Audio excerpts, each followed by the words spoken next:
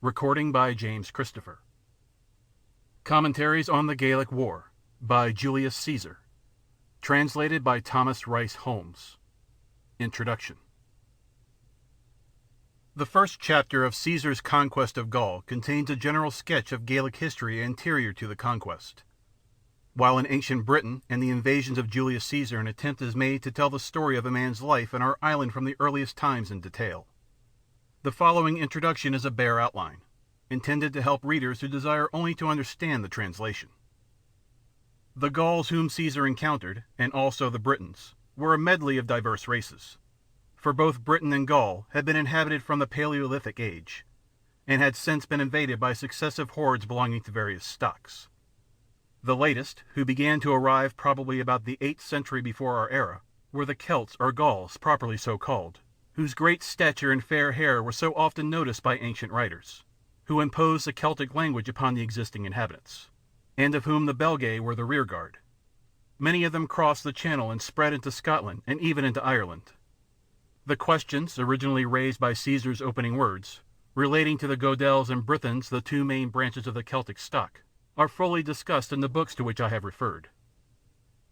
The Gauls, who became known to the Romans about the beginning of the 4th century before Christ, were an offshoot of this people, and entered Lombardy through the northern passes of the Alps.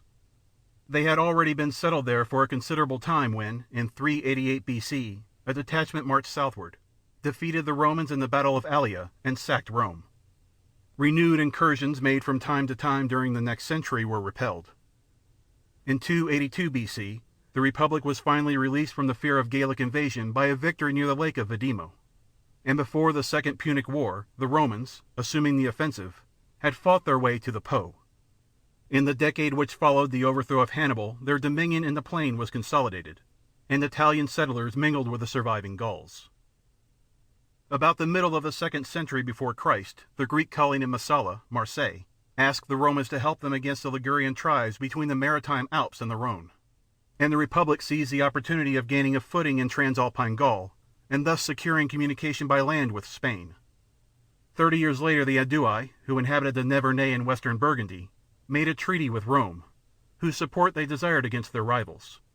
And soon afterwards, a crisis in Gallic politics gave the Romans an opening for attacking the Arverni, who possessed what is now Auvergne, and the Allobroges, whose territory was between the Lake of Geneva, the Rhone, and the Isère.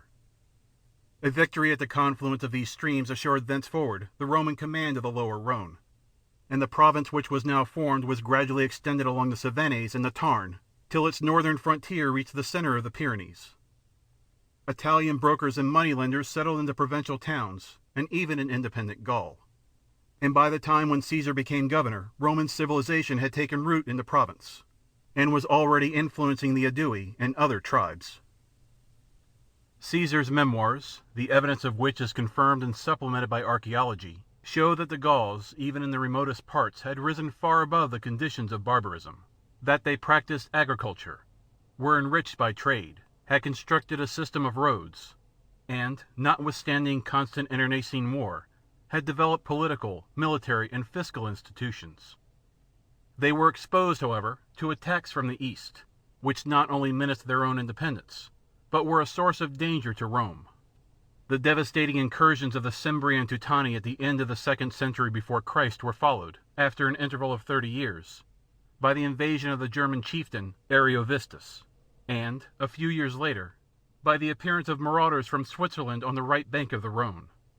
Thus, when Caesar was appointed governor of Illyricum and Gaul, his tenure of office was likely to be eventful, especially as his commission apparently gave him the right to include the whole of independent Gaul north of the province within his sphere of action. His appointment carried with it the command of an army consisting of 4 legions, perhaps about 20,000 men. One of them was quartered in Transalpine Gaul, the other 3 were at Aquileia, near the site of the modern Trieste. He could also command the services of slingers from the Balearic Isles, of archers from Numidia and Crete, and of cavalry from Spain. Various military reforms had been introduced by Marius, and the legions of Caesar were in many respects different from those which had fought against Hannibal.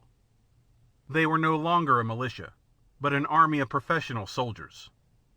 Each legion consisted of 10 cohorts, and the cohort, formed of 3 maniples, or 6 centuries, had replaced the maniple as the tactical unit of the legion. From the earliest times the legion had been commanded by an officer called a military tribune. 6 were assigned to each legion, and each one of the number held command in turn. But they now owed their appointments to interest rather than to merit, and apparently no tribune in Caesar's army was ever placed at the head of a legion. They still had administrative duties to perform, and exercised subordinate commands. But the principal officers were the legati, who might loosely be called generals of division. Their powers were not strictly defined, but varied according to circumstances and to the confidences which they deserved. A legatus might be entrusted with the command of a legion, or of an army corps. He might even, in the absence of his chief, be entrusted with the command of the entire army, but he was not yet, as such, the permanent commander of a legion. The officers upon whom the efficiency of the troops mainly depended were the centurions. They were chosen from the ranks, and their position has been roughly compared to that of our own non-commissioned officers. But their duties were, in some respects, at least as responsible as those of a captain. The centurions of the first cohort were regularly summoned to councils of war, and the chief centurion of a legion was actually in a position to offer respectful suggestions to the legate himself. Each legion included in its ranks a number of skilled artisans called fabri, who have been likened to the engineers in a modern army, but they were not permanently enrolled in a separate corps. They fought in the ranks like other soldiers, but when their special services were required, they were directed by staff officers called praefecti fabrum. It was their duty to execute repairs of every kind, to superintend the construction of permanent camps, and to plan fortifications and bridges. And it should seem that they also had charge of the artillery, the ballistae and catapults, which hurled heavy stones and shot arrows against a besieged town, or the assailants of a post. The legionary wore a sleeveless woolen shirt, a leathern tunic protected across breast and back by bands of metal, and in cold or wet weather, a kind of blanket or military cloak. His defensive armor consisted of helmet, shield, and greaves. His weapons were a short, 2-edged cut-and-thrust sword and a javelin, the blade of which, behind the hardened point, was made of soft iron, so that when it struck home it might bend and not be available for return. These, however, formed only a part of the load which he carried on the march. Over his left shoulder he bore a pole, to which were fastened in a bundle his ration of grain, his cooking vessel, saw, basket, hatchet, and spade. For it was necessary that he should be a woodman and navvy as well as a soldier. No Roman army ever halted for the night without instructing a camp fortified with trench, rampart, and palisade. The column was, of course, accompanied by a host of non-combatants. Each legion required at least 500 or 600 horses and mules to carry its baggage and the drivers. With the slaves who waited on the officers formed a numerous body. Among the camp followers were also dealers, who supplied the wants of the army, and were ready to buy booty of every kind. What policy Caesar intended to follow he has not told us. While he was going forth to govern a distant land, the government of his own was lapsing into anarchy. He must have seen that the Germans would soon overrun Gaul, unless the Romans prevented them, and that their presence would revive the peril from which Marius had delivered Rome. We may feel sure that he had determined to teach them, by a rough lesson if necessary, that they must advance no further into Gaul, nor venture to cross the boundaries of the province or of Italy. It can hardly be doubted that he dreamed of adding a new province to the empire, which should round off its frontier and to its wealth. But whether he had definitely resolved to attempt a conquest of such magnitude, or merely intended to follow, as they appeared, the indications of fortune, it would be idle to conjecture. Ambitious though he was, he only courted, he never tempted her. The greatest statesman is, in a sense, an opportunist. When Caesar should find himself in Gaul, he would know best how to shape his ends. End of Introduction. Chapters 1 to 9. Campaigns against the Helvetii and Ariovistus. Gaul, taken as a whole, is divided into 3 parts, one of which is inhabited by the Belgae, another by the Aquitani, and the third by a people who call themselves Celts, and whom we call Gauls. These people differ from one another in language, institutions, and laws.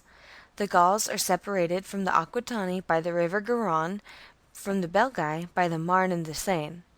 Of all these peoples, the bravest are the Belgae, for they are furthest removed from the civilization and refinement of the province. Traders very rarely visit them with the wares which tend to produce moral enervation, and they are nearest to the Germans, who dwell on the further side of the Rhine, and are constantly at war with them. For the same reason the Helvetii also are braver than the other Gauls. They are fighting almost daily with the Germans, either trying to keep them out of their own country or making raids into theirs. That part of the whole country which, as we have said, is occupied by the Gauls, begins at the river Rhone and is bounded by the Garonne, the ocean, and the country of the Belgae. It extends, moreover, into the region occupied by the Sequani and the Helvetii to the Rhine, and its trend is towards the north.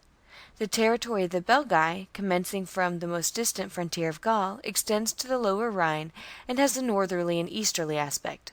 Aquitania extends from the Garonne to the Pyrenees and that part of the ocean which is off the coast of Spain, and its outlook is towards the northwest. Preeminent among the Helvetii in rank and wealth was Orgetorix. In the consulship of Marcus Messala and Marcus Piso, he organized a conspiracy among the nobles in the hope of making himself king, and he persuaded the community to undertake a national emigration, as, being the most warlike of all the Gallic peoples, they could easily achieve dominion over the whole of Gaul. He had no difficulty in convincing them, because their country is limited everywhere by natural features, on one side by the Rhine, a broad, deep river which separates the Helvetian territory from the Germans, on another by the lofty range of the Jura between the Helvetii and the Sequani, on a third by the Lake of Geneva and the Rhone which separates our province from the Helvetii. These limits restricted their movements and made it comparatively difficult for them to attack their neighbours, and, being a warlike people, they chafed under this restraint. Moreover, considering their numbers and their renown as valiant warriors, they felt that their territories, only 240 miles long by 180 broad, were too small. Impelled by these motives and swayed by the influence of Orgetorix, they determined to make the necessary preparations for emigration, buying up all the draught cattle and wagons that they could obtain, bringing all available lands under cultivation, with the object of securing an abundance of grain for the journey, and establishing relations of peace and amity with the neighbouring tribes. They believed that 2 years would be sufficient to complete these preparations, and passed an enactment fixing their departure for the 3rd year. Orgetorix was chosen as leader, and undertook a mission to several tribes. In the course of his tour he persuaded a Sequanian named Casticus, whose father, Catamantalodes, had for many years held sovereignty over the Sequani, and had been honoured by the Roman Senate with the title of friend, to seize the royal power, which his father had held before him over his own tribe. He also persuaded Dumnorix, an Aeduan, brother of Diviciacus, who at the time held the principal power in his own country and was very popular with the masses, to make a similar attempt, and gave him his daughter in marriage. He convinced them that it would be quite easy to achieve their purpose, as he was going to seize sovereignty over his own tribe. The Helvetii were undoubtedly the strongest people in the whole of Gaul, and he affirmed that by his wealth and his armed force he would secure them the possession of their thrones. Enthralled by his eloquence, they swore mutual fidelity, and they hoped that, once they had secured their thrones, they would be able, backed by 3 powerful and stable peoples, to make themselves masters of the whole of Gaul. The scheme was made known to the Helvetii by informers. In accordance with the national custom, they insisted that Orgetorix should plead his cause in chains. If he were condemned, his inevitable punishment would be death at the stake. On the day fixed for the pleading, he made all his slaves from all parts, numbering 10,000, come to the trial, and marched thither at the head of all his retainers and debtors, who were very numerous. With their protection he escaped trial. Exasperated at this defiance, the community endeavoured to assert their rights by force, and the authorities summoned a posse from the districts, when Orgetorix died. And there is some reason to suspect, so the Helvetii believe, that he died by his own hand. After his death, the Helvetii in no way relaxed their efforts to carry out their intended emigration. As soon as they believed themselves ready for the enterprise, they set fire to all their strongholds, of which there were 12, their villages, numbering 400, and the remaining buildings, which belonged to individuals, and burned the whole of their grain, except what they were going to take with them, that they might have no hope of returning home, and so be more ready to face every danger. Every man was directed to take a supply of flour from his house for 3 months of his own use. They induced their neighbours, the Rairaki, the Tulingi, and the Lodobrigi, to join their enterprise, burn their strongholds and villages, and emigrate along with them. At the same time, they formed a close alliance with the Boii, who had formerly dwelt on the further bank of the Rhine and had migrated into Noricum and taken Noreia. There were only 2 routes by which it was possible for them to leave their country. One, leading through the country of the Sequani and passing between the Jura and the Rhone, was so narrow and difficult that carts could barely pass along it one at a time, while a lofty mountain overhung it, so that a handful of men could easily stop them. The other, leading through our province, is much easier and more convenient, for the Rhone, which flows between the country of the Helvetii and that of the Allobroges, who had recently been subdued, is at certain points fordable. Geneva, the most remote town belonging to the Allobroges, is connected by a bridge with the country of the Helvetii, to which it is quite close. The Helvetii believed that they could either induce the Allobroges to let them pass through their country, as they were not yet apparently well disposed towards the Romans, or could compel them to do so. When everything was ready for their departure, they fixed the 28th of March in the consulship of Lucius Piso and Nolus Gabinius for the general muster on the banks of the Rhone. As soon as Caesar was informed that they were attempting to march through the province, he promptly quitted the capital, pushed on as fast as he could possibly travel into further Gaul, and made his way to the neighbourhood of Geneva. As the entire force in further Gaul amounted only to 1 legion, he ordered as many troops as possible to be raised throughout the province, and directed that the bridge at Geneva should be broken down. The Helvetii, on being informed of his approach, sent an embassy to him, composed of their most illustrious citizens, headed by Nemeus and Verclusius, to say that they purposed, with his consent, to march through the province, as there was no other route open to them, but that they would do no harm. Caesar, remembering that Lucius Cassius, when consul, had been slain by the Helvetii, and his army, defeated and forced to pass under their yoke, was not disposed to grant the request, and he was of opinion that if men of hostile temper were allowed to march through the province, they were not likely to refrain from outrage and mischief. Still, in order to gain time for his levies to assemble, he told the envoys that he would take some days for consideration. If they had any favour to ask, they might return on the 13th of April. Meantime, employing the legion which he had with him, and the troops which had assembled from the province, he constructed a rampart 16 feet high, and a trench from the lake of Geneva, which overflows into the Rhone, to the Jura, which separates the territory of the Sequani from the Helvetii, a distance of 19 miles. When these works were finished, he constructed redoubts and posted piquets to enable him to repel the Helvetii in case they attempted to force a passage. When the appointed day came round, and the envoys returned, he told them that he could not, consistently with the established usage of the Roman people, allow any one of them to march through the province, and he warned them that, if they attempted to use force, he would stop them.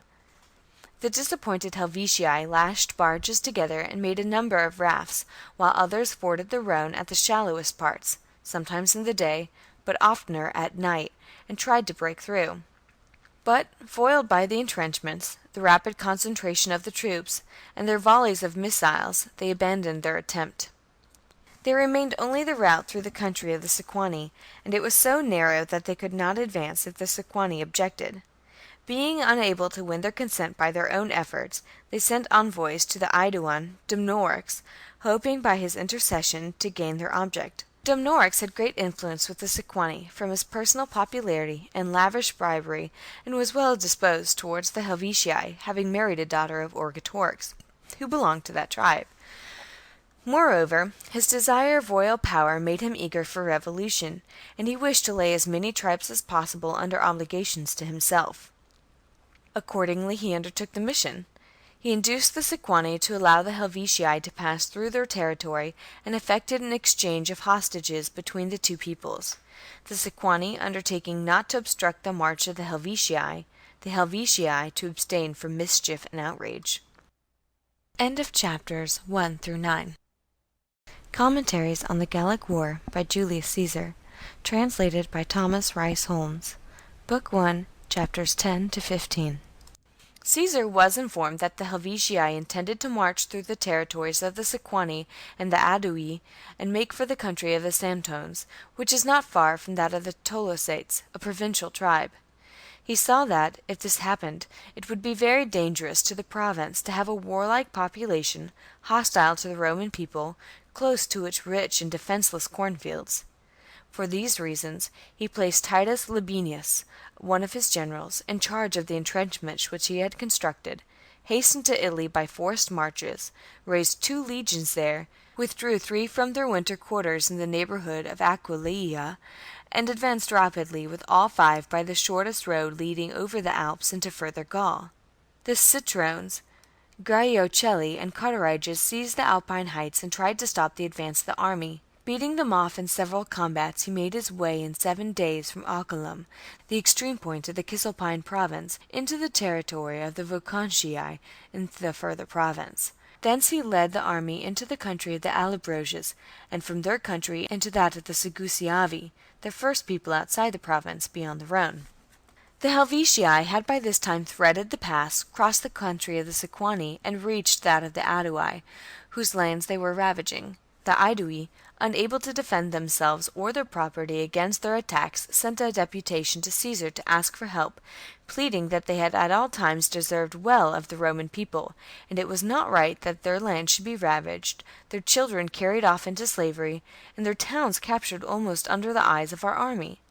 At the same time, the Ambarri, who were connected to the Aedui by friendship and blood, informed Caesar that their lands had been laid waste, and that it was more than they could do to repel the enemy's attacks upon their towns. The Allobroges also, who possessed villages and estates on the further side of the Rhone, fled to Caesar, alleging that they had nothing left except the bare soil.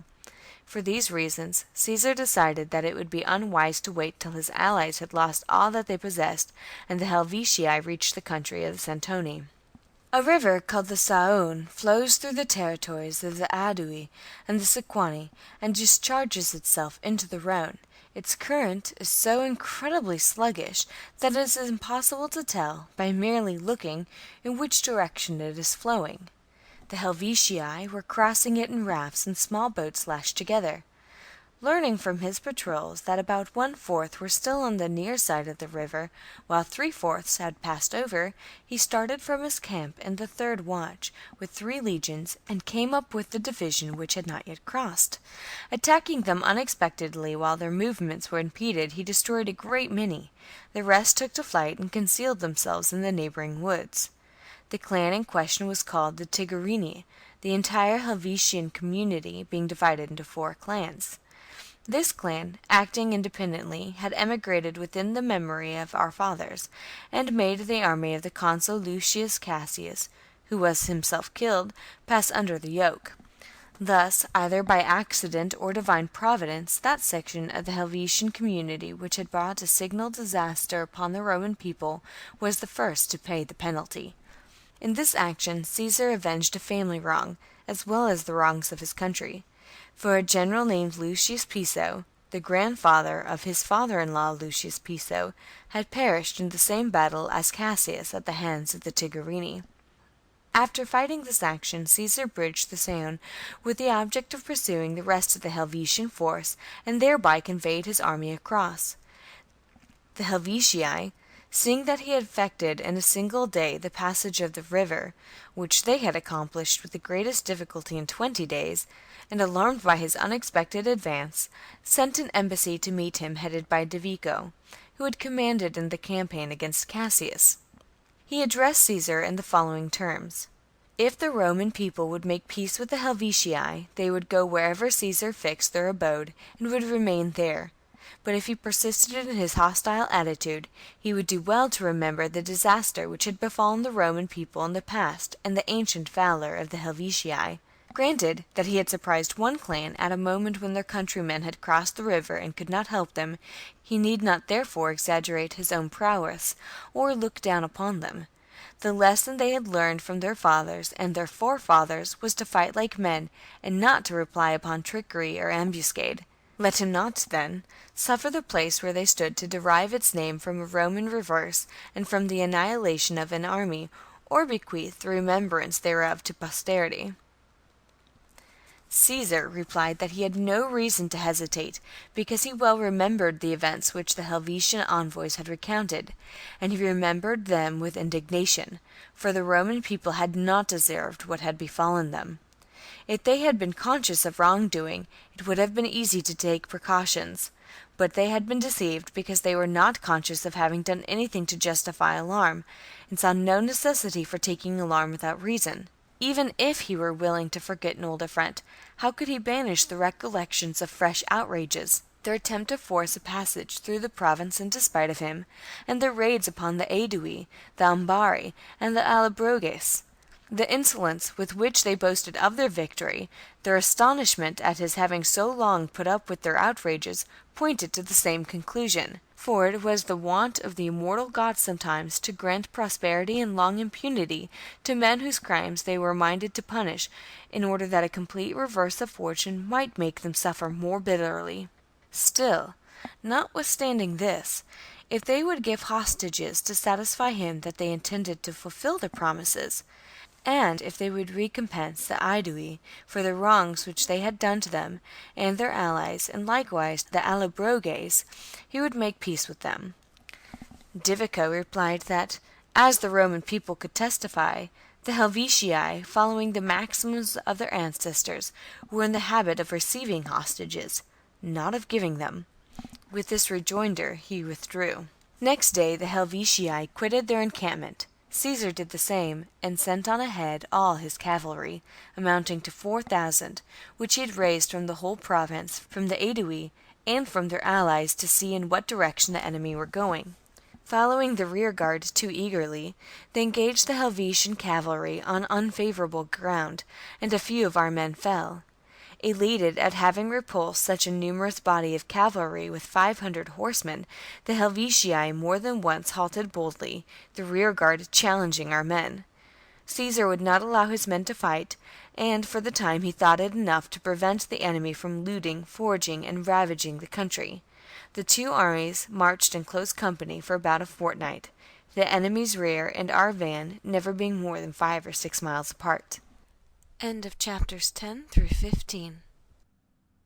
Commentaries on the Gallic War by Julius Caesar, translated by Thomas Rice Holmes, Book 1, chapters 16 through 29.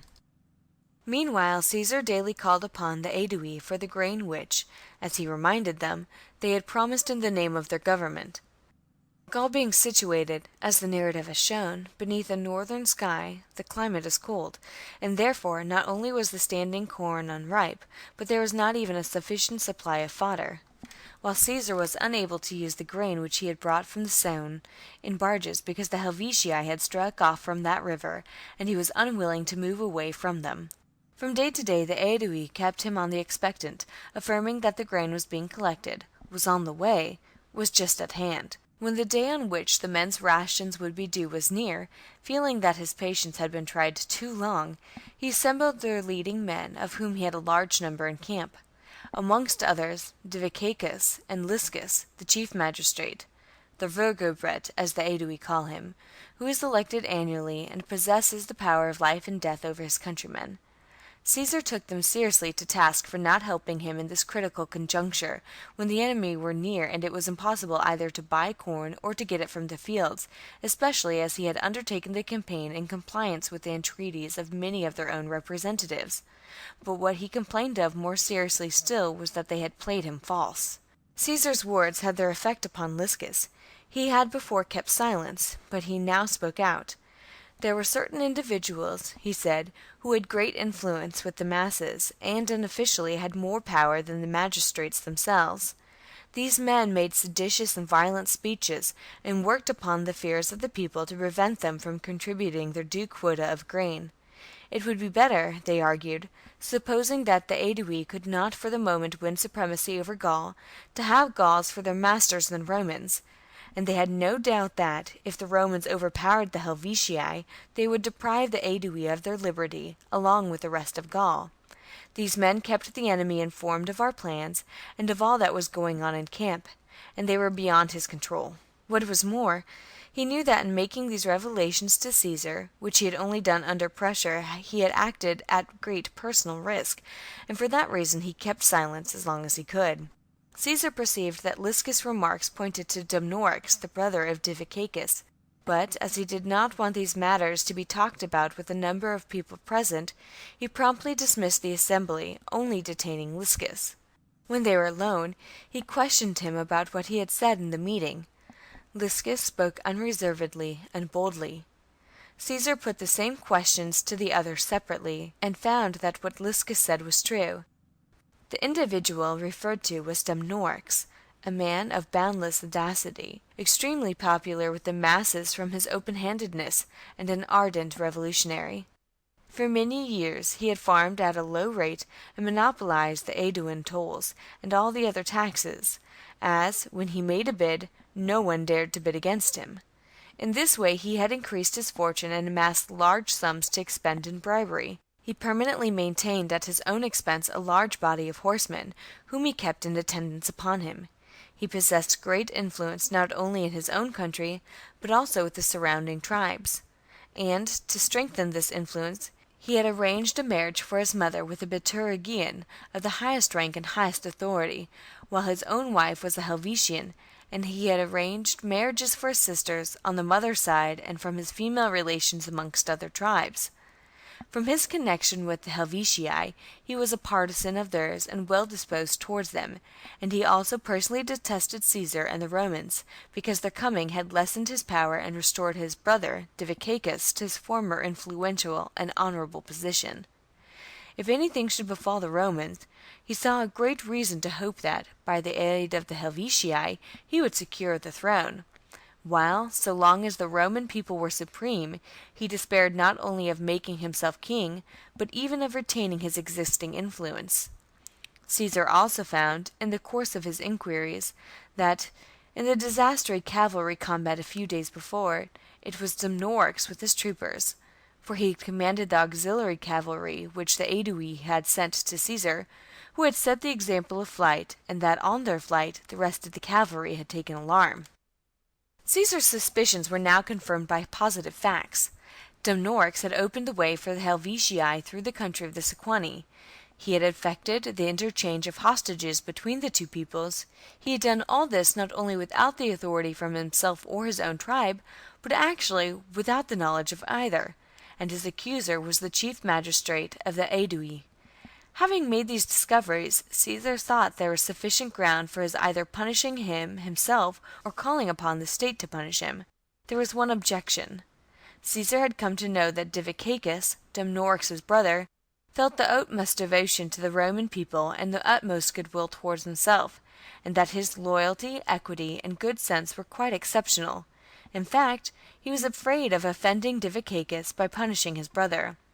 Accordingly, before taking any definite step, he sent for Diviciacus, and, dismissing the ordinary interpreters, conversed with him through the medium of Gaius Valerius Tricolus, a leading provincial and intimate friend of his own, whom he trusted absolutely in all matters. Reminding Diviciacus of what had been said about Dumnorix at the meeting when he was present, and at the same time telling him what everyone had separately said about him when alone with himself, he urgently requested him to consent to his either personally trying Dumnorix and passing judgment upon him, or else calling upon the state to do so and not to take offense. Bursting into tears, Diviciacus embraced Caesar and entreated him not to take severe measures against his brother. He knew, he said, that the story was true, and no one suffered more from his brother's conduct than himself, for at a time when his own influence was paramount with his countrymen and in the rest of Gaul, and his brother, on account of his youth, was powerless, the latter had risen through his support, and the resources and strength which he had thus acquired he used not only to weaken his influence, but almost to ruin him. Still, public opinion as well as fraternal affection had weight with him. If Dumnorix were severely dealt with by Caesar, then, considering his own friendly relations with the latter, no one would believe that he was not responsible, and the result would be that the feeling of the whole country would turn against him. He continued pleading at great length, and with tears when Caesar grasped his hand, reassured him, and begged him to say no more, telling him that he valued his friendship so highly, that, Out of regard for his loyalty and his intercession, he would overlook both political injury and personal grievance. He then called Dumnorix, keeping his brother by, pointed out what he had to find fault with in his conduct, stated that he knew about him and the complaints which his own countrymen brought against him, warned him to avoid giving any ground for suspicion in the future, and told him that he would overlook the past for his brother Diviciacus's sake. Nevertheless, he placed Dumnorix under surveillance in order to ascertain what he was doing and who were his associates. On the same day, Caesar was informed by his patrols that the enemy had encamped at the foot of a hill 8 miles from his own camp, and accordingly sent a party to reconnoiter the hill and find out what the ascent was like from the rear. They reported that it was quite practicable. In the third watch he explained his plans to Titus Labienus, his second in command, and ordered him to ascend to the summit of the hill with 2 legions. In the fourth watch he marched in person against the enemy, following the route by which they had advanced and sending on all the cavalry in front. Publius Considius, who was considered a thorough soldier, and had served in the army of Lucius Sulla and afterwards in that of Marcus Crassus, was sent on in advance with patrols. Daybreak, Labienus was in possession of the summit of the hill, while Caesar was not more than 1.5 miles from the enemy's camp, and, as he afterwards learned from his prisoners, his own approach and that of Labienus were alike unknown, when Considius rode up to him at full gallop and stated that the hill which he had desired Labienus to occupy was in possession of the enemy, as he could tell from the arms and crests being Gallic. Caesar withdrew his troops to a hill close by, and formed them in a line of battle. Labienus, acting on Caesar's order not to engage until he saw his force close to the enemy's camp, so that they might be attacked on all sides at once, kept possession of the hill, waiting for the appearance of our men, and declined an engagement. At length, late in the day, Caesar learned from his patrols that the hill was in the possession of his own troops, that the Helvetii had moved off, and that Considius, from panic, had reported as a fact actually seen what he had not seen at all. The same day, Caesar followed the enemy at the usual interval, and pitched his camp 3 miles from theirs. Next day, as the rations of the army would be due in just 48 hours, and he was not more than 18 miles from Bibracte, by far the wealthiest and most important town of the Aedui, he thought it time to secure his supplies, and accordingly struck off from the route followed by the Helvetii and marched rapidly for Bibracte. The move was reported to the enemy by deserters from Lucius Aemilius, who had commanded a troop of Gallic cavalry. The Helvetii, believing that the Romans were moving away because they were afraid of them, especially as on the day before, though they had occupied a position of vantage, they had declined in action, or confident of being able to cut them off from supplies, altered their plans, reversed their march, and began to hang upon our rearguard and harass them. Observing this, Caesar withdrew his troops on a hill close by and sent his cavalry to stem the enemy's attacks. Meanwhile, he formed his 4 veteran legions in 3 lines halfway up the hill, posting the 2 which he had recently levied on Cisalpine Gaul and all the auxiliaries above on the ridge, and thus occupying the whole hill. At the same time, he ordered the men's packs to be collected and the space which they covered to be entrenched by the troops posted on the high ground. The Helvetii, following with all their wagons, parked their baggage, repulsed our cavalry with their dense array, and forming a phalanx, moved up against our first line. Caesar sent his first own charger and then the chargers of all the officers out of sight, in order, by putting all on an equality, to banish the idea of flight. Then he harangued his men, and the battle began. The legionaries, throwing their javelins from their commanding position, easily broke the enemy's phalanx, and having destroyed their formation, drew their swords and charged. The Gauls were greatly hampered in action by the fact that in many cases several shields were transfixed and pinned together by the impact of one javelin, and, as the iron bent, they could not pull the javelins out, or fight properly with their left arms encumbered, so that many, after the repeated jerks, preferred to drop their shields and fight bare. At length, enfeebled by wounds, they began to fall back and retreat towards a hill about 1 mile off. They had gained the hill, and the Romans were following after them, when the Boii and the Tulingi, some 15,000 strong, who closed the enemy's columns and served as the rear guard, marched up, immediately attacked the Romans on their exposed flank, and lapped round them. Observing this, the Helvetii, who had retreated to the hill, began to press forward again, and renewed the battle. The Romans effected a change of front and advanced in two divisions, the first and second lines to oppose the enemy whom they had beaten and driven off, the third to withstand the newcomers. Thus 2 battles went on at once, and the fighting was prolonged and fierce. When the enemy could no longer withstand the onslaughts of the Romans, one division drew back, in continuation of the original movement, up the hill, while the other withdrew to the baggage and wagons. Withdrew, not fled, for throughout the whole of this battle, though the fighting lasted from the 7th hour till evening, none could see an enemy in flight. Till far into the night fighting actually went on by the baggage, for the enemy had made a rampart of their wagons, and from their commanding position hurled missiles against our men as they came up, while some got between the wagons and behind the wheels, and threw darts and javelins, which wounded our men. After a long struggle our men took possession of the baggage and the laager. Orgetorix's daughter and one of his sons were captured on the spot. About 130,000 souls survived the battle and fled without halting throughout the whole of that night. 3 days later they reached the country of the Lingones, for our troops remained on the field for 3 days, out of consideration for their wounded and to bury the dead, and therefore were unable to pursue.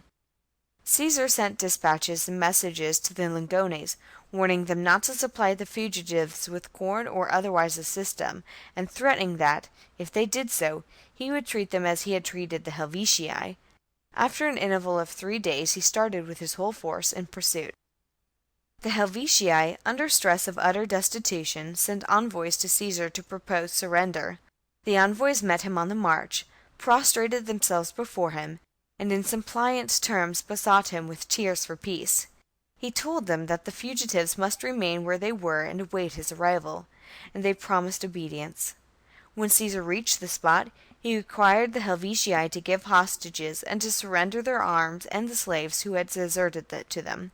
While the hostages and deserters were being searched for and the arms collected, night came on, and about 6,000 men, belonging to the clan known as the Bergini, quitted the Helvetian encampment in the early part of the night and pushed on for the Rhine and the territory of the Germans. Either they were afraid that after surrendering their arms they would be punished, or they hoped to get off scot-free, believing that, as the number which had surrendered was so vast, their flight might escape detection or even remain entirely unnoticed. When Caesar discovered this, he ordered the peoples through whose territories they had gone to hunt them down and bring them back if they wished him to hold them guiltless. When they were brought back he treated them as enemies, but all the rest, after they had delivered up hostages, arms, and deserters, he admitted to surrender. He ordered the Helvetii, the Tilingi, and the Ladobrigi to return to their own country, whence they had come, and, as all their corn and pulse were gone, and they had not in their own country the means of satisfying their hunger, he directed the Allobroges to supply them with corn, and ordered them to rebuild the towns and villages which they had burned.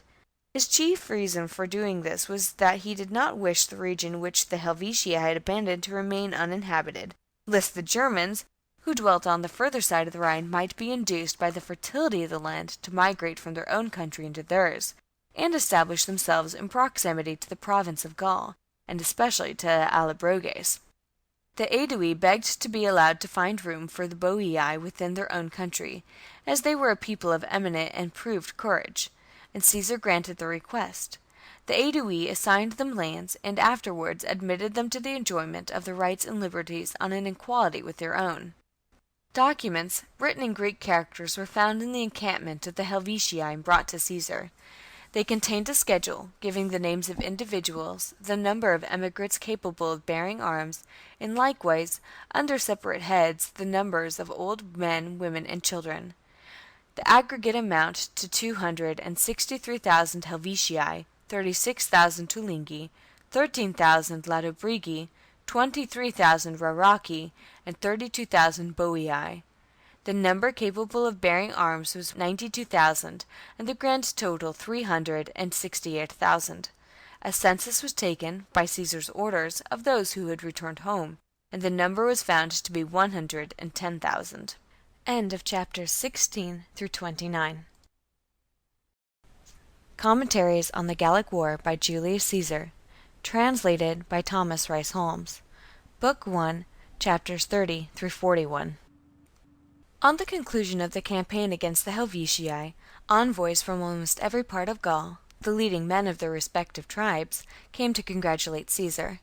They were aware, they said, that if he had exacted atonement from the Helvetii by the sword for the wrongs they had done in the past to the Roman people, yet his action was just as much to the advantage of the Gaul as of the Romans.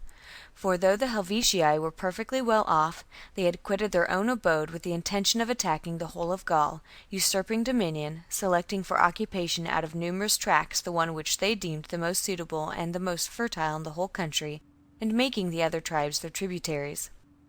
The envoys begged to be allowed to convene, with Caesar's express sanction, a pan-Gallic council for a particular day, representing that they had certain favours to ask of him after their substance was unanimously agreed upon. Their request being granted, they fixed a date for the council, and bound themselves mutually by oath not to disclose its proceedings without official sanction.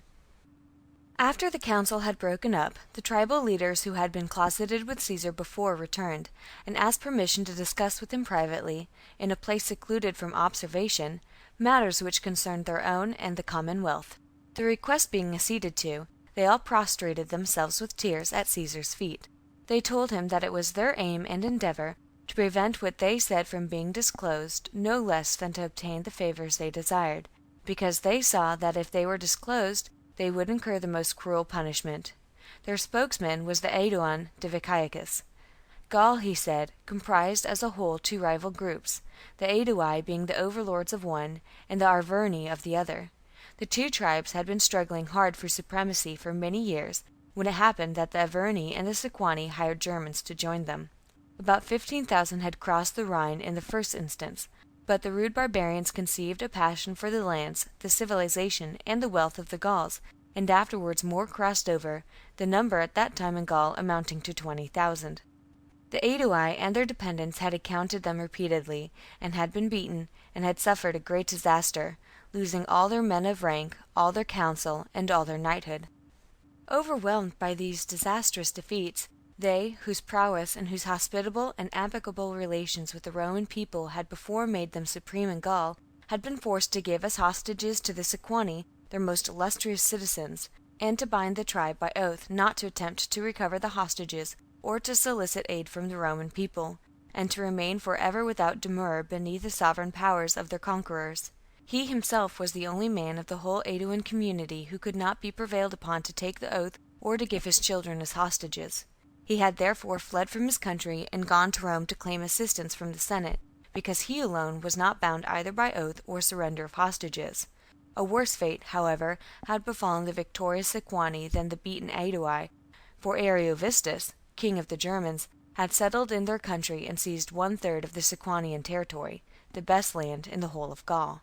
And now he insisted that the Sequani should quit another third, because a few months previously 24,000 Herudes had joined him, and he had to find a place for them to settle in. Within a few years the whole population of Gaul would be expatriated, and the Germans would all cross the Rhine, for there was no comparison between the land of the Gauls and that of the Germans, or between the standard of living of the former and that of the latter. Ariovistus, having defeated the united Gallic forces in one battle which took place at Magdeburg, was exercising his authority with arrogance and cruelty, demanding from every man of rank his children as hostages, and inflicting upon them all kinds of cruel punishments if the least intimation of his will were not obeyed. The man was a ferocious, headstrong savage, and it was impossible to endure his dictation any longer. Unless Caesar and the Roman people could help them, the Gauls must all do as the Helvetii had done, leave house and home, seek another abode, other settlements out of reach of the Germans, and take their chance of whatever might befall them. If his words were reported to Ariovistus, he had no doubt that he would inflict the heaviest penalty upon all the hostages in his keeping. Caesar, by his prestige and that of his army, or by his late victory, or by the weight of the Roman name, could deter any fresh host of Germans from crossing the Rhine, and protect the whole of Gaul from the outrageous conduct of Ariovistus. After Diviciacus had made his speech, all who were present began to weep bitterly and to entreat Caesar for help. He noticed that the Sequani alone did not behave like the rest, but remained mournfully looking down, with heads bowed. In astonishment he asked them what was the reason of this behaviour. The Sequani made no reply, but remained without uttering in the same mournful mood. After he had questioned them repeatedly, without being able to get a single word out of them, the Aeduan Diviciacus again answered. The lot of the Sequani, he explained, was more pitiable and more grievous than that of the others, because they alone dared, not even in secret, complain or implore help, and though Ariovistus was away, they dreaded his cruelty just as much as if he were there, confronting them, for while the others had at any rate the chance of escape, the Sequani, having admitted Ariovistus within their territories, and all their strongholds being in his power, would have to submit to every form of cruel punishment. On learning these facts, Caesar reassured the Gauls, and promised to give the matter his attention, remarking that he had every hope that Ariovistus, in return for his kindness and in deference to his authority, would cease his outrages. When he had finished speaking, he dismissed the assembly. Besides these considerations, indeed, many circumstances forced upon him the conviction that this problem must be faced and solved. First of all, there was the fact that the Aedui, who had repeatedly been recognized as brethren, indeed kinsmen, by the Senate, were held in subjection under the sway of the Germans, while their hostages, as he knew, were detained by Ariovistus and the Sequani. And this, considering the great power of the Roman people, he regarded as an extreme disgrace to himself and his country. Besides that the Germans should insensibly form the habit of crossing the Rhine and enter Gaul in the large numbers was, he saw, fraught with danger to the Roman people. He believed, too, that being fierce barbarians, they would not stop short when they had taken possession of the whole of Gaul, but would pass on into the province, as the Cimbri and Teutoni had done before them, and thence push on into Italy, especially as the Sequani were only separated from our province by the Rhone, and he thought it essential to obviate this danger at the earliest possible moment. Moreover, Ariovistus himself had assumed an inflated and arrogant demeanour, which made him quite insufferable. Accordingly, Caesar decided to send envoys to Ariovistus, requesting him to name some spot midway between the respective quarters for a conference, and saying that he wished to discuss with him political affairs and matters of the utmost importance to both parties. Ariovistus told the envoys in reply that, if he had wanted anything from Caesar, he would have gone to him in person, and if Caesar wanted anything from him, he must come to him.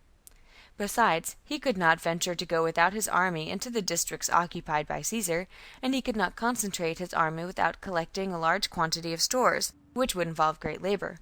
Moreover, he was at a loss to understand what business Caesar, or for that matter the Roman people, had in his part of Gaul, which he had conquered by the sword.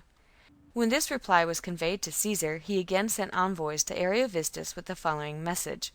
Ariovistus had been treated with great kindness by himself and by the Roman people, having, in his consulship, received from the Senate the titles of king and friend. Since he showed his gratitude to himself and the Roman people by raising objections when invited to a conference, and refusing to make any statement or to inform himself about matters which concerned them both, these were Caesar's demands. First, he must not bring any additional body of men across the Rhine into Gaul. Secondly, he must restore the hostages belonging to the Aedui, authorize the Sequani to restore theirs. Furthermore, he must not provoke the Aedui by outrages, or attack them, or their allies. If he complied, Caesar and the Roman people would be bound to him by lasting goodwill and amity. If not, then, in accordance with the resolution which the Senate had passed in the consulship of Marcus Messala and Marcus Piso, that the governor of Gaul for the time being should, so far as the public interest would permit, protect the Aedui and the other friends of the Roman people, Caesar would not suffer the wrongs of the Aedui to go unavenged. Ariovistus replied that the rights of war entitled conquerors to dictate their own terms to the conquered. The Roman people acted on the same principle. They regularly dealt with the conquered peoples, not in obedience to the mandate of a third party, but according to their own judgment. If he did not dictate to the Roman people how they should exercise their rights, the Roman people ought not to interfere with him in the exercise of his. The Aedui had become his tributaries because they tempted the fortune of war, fought, and suffered defeat. Caesar was doing him a serious injury, for his coming depreciated the tribute. He would not restore the Aedui their hostages, but neither would he attack them or their allies wantonly if they abided by their agreement and paid their tribute annually. If not, much good would the title of Brethren of the Roman people do them. As for Caesar's threat, that he would not suffer the wrongs of the Aedui to go unavenged, no man had ever fought Ariovistus and escaped destruction. Let Caesar come on when he liked. He would then appreciate the mettle of the Germans who had never known defeat, whose lives had been passed in war, and who, for 14 years, had never sheltered beneath a roof. Simultaneously with the delivery of this message, envoys came to Caesar from the Aedui and the Treveri, the Aedui to complain that the Harudes, who had recently migrated into Gaul, were devastating their territory, and that even the surrender of hostages had failed to purchase the forbearance of Ariovistus, while the Treveri announced that 100 clans of the Suebi, commanded by two brothers, Nasua and Symbarius, had established themselves on the banks of the Rhine, intending to attempt a passage. Caesar was seriously alarmed. He considered it necessary to act at once, lest if a fresh horde of Suebi joined Ariovistus's veteran force, it might be harder to cope with him. Accordingly, he arranged as quickly as possible for a supply of grain and advanced against Ariovistus by forced marches. After a march of 3 days, he received news that Ariovistus was hurrying with all his forces to seize Vesontio, the largest town of the Sequanti, and had advanced 3 days' journey beyond his own frontier. Caesar felt it necessary to make a great effort to forestall him, for the town was well provided with military material of every kind, and its natural strength made it a most valuable military possession. The river Doubs winding round in a course that might have been traced with a compass, and almost surrounding the stronghold. The remaining space, not more than 1,600 feet where the river left a gap, was occupied by a hill of great elevation, the banks of the river on either side touching the base of the hill. The hill itself was converted into a citadel by a wall, which surrounded it and connected it with the town. Caesar pushed on by forced marches day and night, took possession of, and garrisoned the town. While he was halting for a few days close to Vesontio to collect corn and other supplies, a violent panic suddenly seized the whole army, completely paralyzing everyone's judgment and nerve. It arose from the inquisitiveness of our men and the chatter of the Gauls and the traders, who affirmed that the Germans were men of huge stature, incredible valor, and practiced skill in war. Many a time they had themselves come across them, and had not been able even to look them in the face or meet the glare of their piercing eyes. The panic began with the tribunes, the auxiliary officers, and others who had left the capital to follow Caesar in the hope of winning his favour, and had little experience in war. Some of them applied for leave of absence, alleging various urgent requests for their departure, though a good many, anxious to avoid the imputation of cowardice, stayed behind for very shame. They were unable, however, to assume an air of unconcern, and sometimes even to restrain their tears. Shutting themselves up in their tents, they bemoaned their own fate or talked dolefully with their intimates of the peril that threatened the army. All over the camp men were making their wills. Gradually, even legionaries, centurions, and cavalry officers, who had long experience of campaigning, were unnerved by these alarmists. Those who did not want to be thought cowards said that it was not the enemy they were afraid of, but the narrow roads and the huge forests which separated them from Ariovistus, or the difficulty of bringing up grain. Some actually told Caesar that when he gave the order to strike the camp in advance, the men would not obey, and would be too terrified to move. Observing the state of affairs, Caesar called a meeting, to which the centurions of all grades were summoned, and rated them severely for presuming to suppose that it was their business to inquire or even to consider where they were going or on what errand. When he was consul, Ariovistus had eagerly solicited the friendship of the Roman people. Why, then, should any one suppose that he would abandon his loyal attitude in this harebrained way? For his own part, he was convinced that when he came to know his demands and realized the fairness of his terms, he would not reject his friendship or that of the Roman people.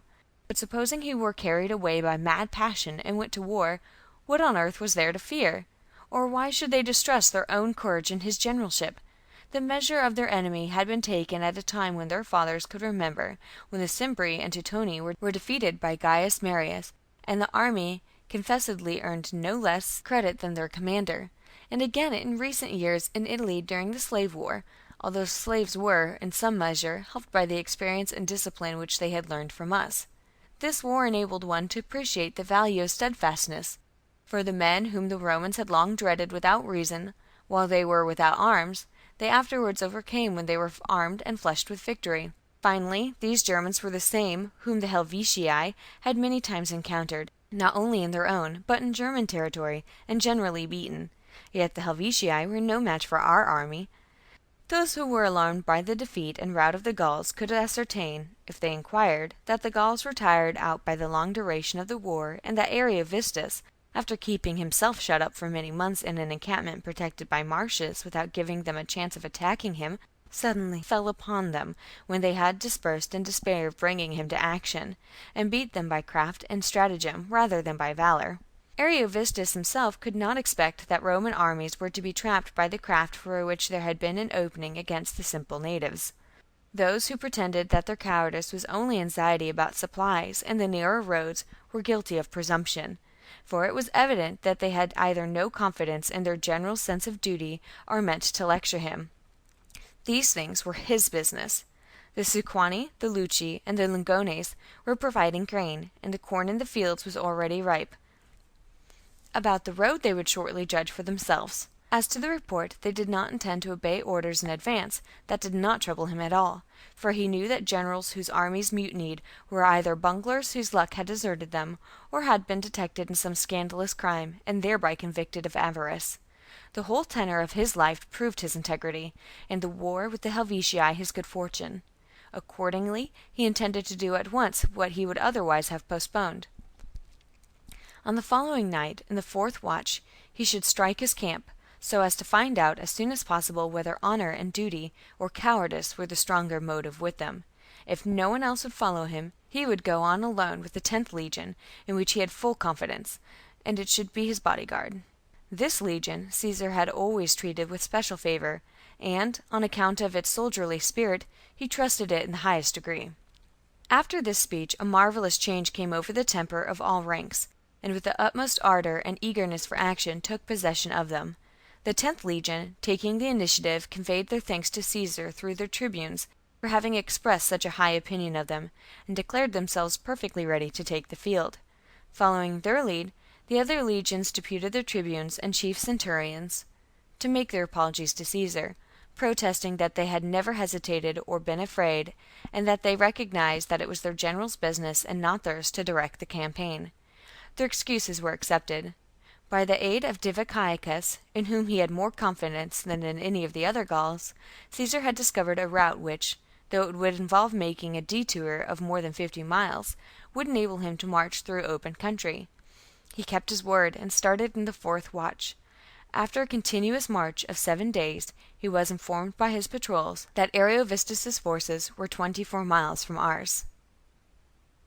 End of Book 1, chapters 30 through 41. Commentaries on the Gallic War by Julius Caesar, translated by Thomas Rice Holmes. Book 1, chapters 42 through 54. On learning of Caesar's arrival, Ariovistus sent envoys to say that, since he had come nearer, and his own safety would probably not be imperiled, he would not oppose his original request for an interview. Caesar did not spurn his offer, believing that he was now returning to reason, as he offered of his own accord to do what he had refused before when he was asked, and he entertained a strong hope that when he learned his demands, he would, in consideration of the great favors conferred upon him by himself and the Roman people, abandon his stubborn attitude. The interview was fixed for the 4th day following. Meanwhile, envoys were frequently passing to and fro between the two generals. Ariovistus insisted that Caesar should not bring any infantry to the conference, as he was afraid he might treacherously surround him. They must each come with a mounted escort, otherwise he would not come at all. Caesar, not wishing any obstacle to stand in the way and stop the conference, and fearing to trust his life to Gallic cavalry, decided that his best plan would be to dismount all the Gallic troopers and mount the infantry of the 10th legion, in whom he had the greatest confidence, on their horses, so that, in case it were necessary to act, he might have an escort on whose devotion he could absolutely rely. On this, one of the soldiers of the 10th remarked with a touch of humor, "Caesar is better than his word. He promised to make the 10th his bodyguard, and now he's knighting us." There was a great plain, in which was an earthen mound of considerable size, about equidistant from the camps of Ariovistus and of Caesar. To this spot they came, as agreed, to hold the conference. Caesar posted the mounted legion, which he had brought with him, 400 paces from the mound, and Ariovistus's horsemen took up a position at the same distance.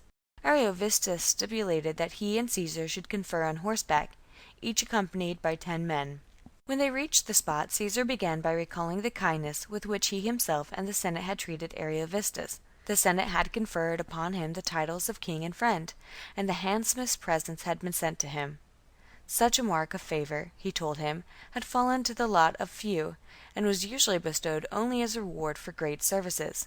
Ariovistus had no right to approach the Senate and no title to claim anything, and it was the kindness and generosity of himself and the Senate that he owed these distinctions. Caesar explained further that between the Romans and the Aedui there were long-standing and solid grounds of intimacy. Senatorial resolutions, couched in the most complimentary terms, had repeatedly been passed in their favor, and at all times, even before they had sought our friendship, the Aedui had held the foremost position in the whole of Gaul. As a matter of settled policy, the Roman people desired their allies and friends not only to lose nothing by the connection, but to be gainers in influence, dignity, and consideration. Who then could suffer them to be robbed of what they already possessed when they sought the friendship of the Roman people? Caesar then repeated the demands which he had charged his envoys to present: that Ariovistus should not make war upon the Aedui or upon their allies, that he should restore the hostages, and that, if he were unable to send back any of the Germans to their own country, he should at all events not suffer any more to cross the Rhine. Ariovistus said little in reply to Caesar's demands, but spoke at great length about his own merits. He said that he had not crossed the Rhine spontaneously, but in response to the urgent request of the Gauls. He had not left home and kinsmen without great expectations and great inducements. Possessions which he occupied in Gaul had been ceded to him by the Gauls, their hostages had been given voluntarily, while by the rights of war he made them pay the tribute which conquerors habitually exacted from the conquered. He had not made war upon the Gauls had made war upon him. The tribes of Gaul had all come to attack him, and kept the field against him, and he had beaten the whole host in a single battle and crushed them. If they wanted to try again, he was ready for another fight. If they wanted peace, it was not fair of them to refuse their tribute, which they had hitherto paid of their own free will. The friendship of the Roman people ought to be a distinction and a protection, not a drawback, and it was with that expectation that he had sought it. If through their interference his tribute were stopped and those who had surrendered to him withdrawn from his control, he would be just as ready to discard their friendship as he had been to ask for it. If he continued to bring Germans in large numbers into Gaul, he did so not for aggression, but in self-defense. The proof was that he had not come till he was asked, and that he had not attacked but only repelled attack. He had come to Gaul before the Romans. Never till now had a Roman army stirred outside the frontier of the province of Gaul. What did Caesar mean by invading his dominions? This part of Gaul was his province, just as the other was ours. If he made a raid into our territory, we should be wrong to give in to him. Similarly, it was unjust of us to obstruct him in his rightful sphere. Caesar said that the Aedui had been given the title of brethren by the Senate, but he was not such an oaf. He was not so ignorant of the world as not to know that in the late war with the Allobroges, the Aedui had not helped the Romans, and that in the struggle which with the Aedui had had with himself and the Sequani, they had not had the benefit of Roman aid. He was bound to suspect that Caesar, under the mask of friendship, was keeping his army in Gaul to ruin him. Unless he took his departure and withdrew his army from the neighbourhood, he should treat him not as a friend, but as an enemy. In fact, if he put him to the death, he should be doing an acceptable service to many of the nobles and leading men of Rome. This he knew as a fact, for he had it through their agents from their own lips, and he could purchase the gratitude and friendship of them all by killing him. If, on the other hand, he withdrew and left him in undisturbed possession of Gaul, he would reward him handsomely, and whenever he had occasion to go to war, he would fight all his battles for him, and save him all trouble and risk. Caesar spoke at considerable length, the gist of his speech being that he could not abandon his undertaking, that his own principles, and those of the Roman people, would not allow him to forsake deserving allies, and that he could not admit that Gaul belonged to Ariovistus any more than to the Roman people. The Arverni and the Ruteni had been conquered by Quintus Fabius Maximus, but the Roman people had granted them an amnesty, and had not annexed their country or imposed tribute upon them. If priority of occupation were to be considered, the title of the Roman people to dominion in Gaul was unimpeachable. If they were to abide by the decision of the Senate, Gaul had a right to independence, for the Senate, although it had conquered Gaul, had granted it autonomy. While these questions were being argued, Caesar was informed that Ariovistus's horsemen were moving nearer the mound, riding towards our men and throwing stones and other missiles at them. Caesar ceased speaking, went back to his men, and ordered them not to retaliate. for although he saw that the legion of his choice would run no risk in engaging the cavalry, he did not choose, by beating the enemy, to let it be said that he had pledged his word and then surrounded them while a conference was going on. When the news spread to the ranks that Ariovistus in the course of the conference had arrogantly denied the right of the Romans to be in Gaul, and that his cavalry had attacked our troops, thereby breaking off the conference, the army was inspired with an intenser enthusiasm and eagerness for battle. 2 days later Ariovistus sent envoys to Caesar, saying that he desired to confer with him on the questions which they had begun to discuss without reaching any conclusion. Let Caesar either name another day for a conference, or, if he were disinclined to do that, send one of his officers to represent him. Caesar saw no reason for further discussion, especially as on the preceding day the Germans could not be prevented from throwing missiles at our men, while to send a representative would be very dangerous, and would be placing him at the mercy of savages. The best course appeared to be to send Gaius Valerius Procillus, son of Gaius Valerius Caburus, a young man of the highest character and a true gentleman, whose father had been enfranchised by Gaius Valerius Flaccus. He selected him because he could be thoroughly trusted, and because he knew Gallic, which Ariovistus, from long practice, now spoke fluently, and also because, in his case, the Germans had no motive for foul play. With him he sent Marcus Metius, who was on friendly terms with Ariovistus. Their instructions were to hear what Ariovistus had to say and report to him. When Ariovistus caught sight of them close by, in his camp, he roared out before the troops, "What are you coming to me for? To play the spy?" When they attempted to speak, he silenced them and put them in irons. On the same day he advanced and took up a position 6 miles from Caesar's camp at the foot of a hill. The following day he marched his force past Caesar's camp and encamped 2 miles beyond, with the intention of cutting him off from the corn and other supplies which were being brought up from the territories of the Sequani and Aedui. On each of the 5 following days Caesar regularly led his troops in front of his camp and kept them in line of battle, to give Ariovistus the chance of fighting if he wished. During all this time Ariovistus kept his army shut up in camp, but skirmished daily with his cavalry. The mode of fighting practiced by the German was as follows. They had 6,000 cavalry, with the same number of infantry, swift runners, of extraordinary courage, each one of whom had been selected by one of the cavalry out of the whole host for his own protection. The cavalry were accompanied by them in action, and regularly fell back upon their support. In case of a check, they flocked to the rescue. Whenever a trooper was severely wounded and fell from his horse, they rallied round him, and they had acquired such speed by training that if it was necessary to make a forced march or retreat rapidly, they supported themselves by the horses' manes and kept pace with them. Seeing that Ariovistus meant to keep within his camp, and being resolved to reopen communication with his convoys without delay, Caesar selected a suitable position for camp about 1,200 paces beyond the spot where the Germans were encamped, and advanced to this position in 3 columns. Keeping the first and second under arms, he ordered the third to construct a camp. The site, as I have said, was about 1,200 paces from the enemy. Ariovistus sent about 16,000 light infantry with all his cavalry to overawe our men and prevent them from completing the entrenchment. Nevertheless, Caesar, adhering to his original resolve, ordered the first 2 lines to keep the enemy at bay, while the third finished the entrenchment. When the camp was entrenched, he left 2 legions and a detachment of auxiliaries to hold it, and withdrew the remaining 4 to the larger camp. Next day Caesar, according to his regular practice, made his troops move out of both camps and, advancing a short distance from the larger one, formed a line of battle and gave the enemy an opening for attack. Seeing that they would not come out even then, he withdrew his army into camp about midday. Then at last Ariovistus sent a detachment to attack the smaller camp. Fighting was kept up with spirit on both sides till evening. At sunset Ariovistus led back his forces, which had inflicted heavy loss upon the Romans and suffered heavily themselves, into camp. On inquiring from prisoners why he would not fight a decisive battle, Caesar found that the reason was this. Among the Germans it was customary for the matrons to tell by lots and divinations whether it would be advantageous to fight or not, and their decision was that it was not fated that the Germans should gain the victory if they fought before the new moon.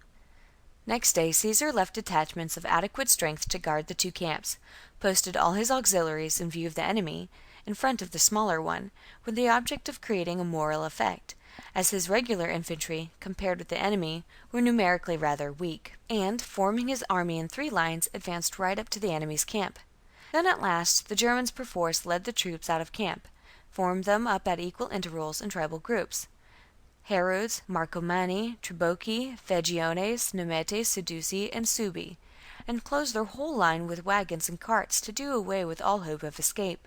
In the wagons they placed their women, who, as they were marching out to battle, stretched out their hands and besought them with tears not to deliver them into bondage to the Romans. Caesar placed each of his generals and his quaestor in command of a legion, so that every man might feel that his courage would be recognized and engaged with the White Ring, which he commanded in person, for he observed that troops which faced it were the weakest part of the enemy line. When the signal was given, our men charged the enemy line with such vigor, and the enemy dashed forward so suddenly and so swiftly that there was no time to hurl the javelins at them.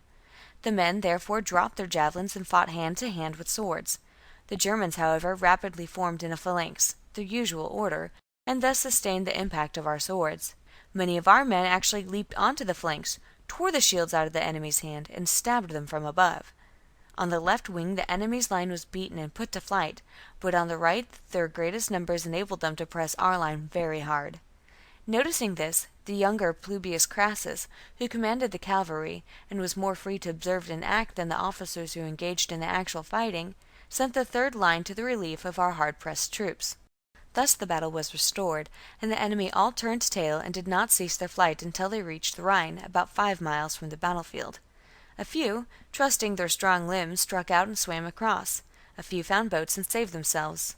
Among the latter was Ariovistus, who found a skiff moored by the bank and escaped in it. All the rest were hunted down by our cavalry and slain. Ariovistus had 2 wives, one a Sueban by birth, whom he had brought with him from his own country, the other a Norican, a sister of King Voccio, who had been sent to him by her brother and whom he had married in Gaul. Both of them perished in the rout. He also had 2 daughters, one of whom was killed and the other captured. Gaius Valerius Procillus was being dragged along among the fugitives by his warders, fettered with 3 chains, when he fell in with Caesar, who was leading the cavalry in pursuit of the enemy. To see this excellent provincial, his own familiar friend, rescued from the enemy's clutches and restored to him, and to feel that fortune had not brought upon him any calamity that could lessen the pleasure of victory upon which he might fairly congratulate himself, these things gave Caesar no less pleasure than the victory itself. Procillus said that, in his own presence, they had cast lots 3 times to see whether he should be burned alive at once or kept for execution later, and happily the lots had so fallen that he was safe. Marcus Metius also was found and brought back to Caesar. When the result of the battle was made known beyond the Rhine, the Suebi, who had reached the banks of the river, turned homewards. The Ubii, who lived in the immediate neighbourhood of the Rhine, seeing their alarm, pursued them and killed a large number. Having finished 2 important campaigns in a single summer, Caesar led his army back to winter in the country of the Sequani a little before the usual time, and placing Labienus in command of the camp, started for Cisalpine Gaul to hold the assizes. End of Book 1, Commentaries on the Gallic War by Julius Caesar,